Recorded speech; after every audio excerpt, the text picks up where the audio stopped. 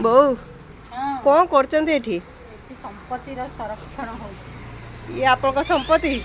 ମୋ ସମ୍ପତ୍ତି ଇଏ କେତେ ଦିନ ଲାଗିବ? 20 ଦିନ। 20 ଦିନ? ମୁଁ ଭାବୁଛି 20 ଦିନ, ତାଠୁ ଅଧିକ ହେଲେ ମୁଁ କହିପାରିବିନି। ହେ ଏଇଟା ତ ଭଗବାନ। ଶ୍ରାବଣ ମାସ କି ଭାଦ୍ରବ ମାସ ମୁଁ ଜାଣିପାରୁନି, ମୁଁ କ'ଣ କେହି ବି ଜାଣିପାରୁନାହାନ୍ତି। ଭାଦ୍ରବ ମାସରେ ଟିକେ ଲୁଗା ପଟା ପାଟ ଲୁଗା କମଳ ଫମଳ ଖରାରେ ପକେଇଲେ ତାର ଯେଉଁ ସ୍ମେଲ୍ ହୁଏ ସେ ସ୍ମେଲ୍ ହୁଏନି, ଆଉ ଶାଢ଼ୀ ଫାଡ଼ି ଗୁଡ଼ା ଭଲ ରହେ। ସେଇଥିପାଇଁ ମୁଁ ମୋର ସମ୍ପତ୍ତି ସଂରକ୍ଷଣ କରୁଛି ଆଉ। ଆହୁରି 20 ବୁଢ଼ିଆ ଦିନ ଲାଗିବ। ଶୁଣିର ପେଡ଼ି ଆଜି ଖୋଲିଛି ବୁଢ଼ିଆ ଶୁଣି। ଭଲ ବାଲକୋନିରେ ଗୋଟେ ଶୋରୁମ୍ ଖୋଲି ଦେଇଛନ୍ତି ହଁ ଯେ ବୁଢ଼ିଆ ସମସ୍ତେ ଆପଣଙ୍କ ସମ୍ପତ୍ତି ଦେଖିଦେଲେ ଯେ। ଦେଖନ୍ତୁ କାଲିର ସମ୍ପତ୍ତି ଆଜି ଦେଖିଲେ ଭୁଲି ଯାଇଥିବେ, କାହାର ଆଉ ମନେ ନଥିବ। ବାକି ଭାଦ୍ରବ ମାସରେ ସମସ୍ତେ ଟିକେ ଟିକେ ଲୁଗା ଶୁଖେଇଦେଲେ ନା ଲୁଗା ଗୁଡ଼ା ଭଲ ରହିବ। ମୋ ପରେ ତୋର ସମ୍ପତ୍ତିକୁ ମୁଁ ନିଲାମ କରିବି।